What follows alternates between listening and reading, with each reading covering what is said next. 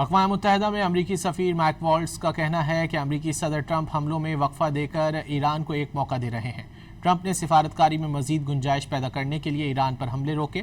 امریکی میڈیا سے گفتگو کرتے ہوئے مائک والٹز نے کہا کہ ٹرمپ مذاکرات کو کچھ وقت اور ایران کو گنجائش دے رہے ہیں۔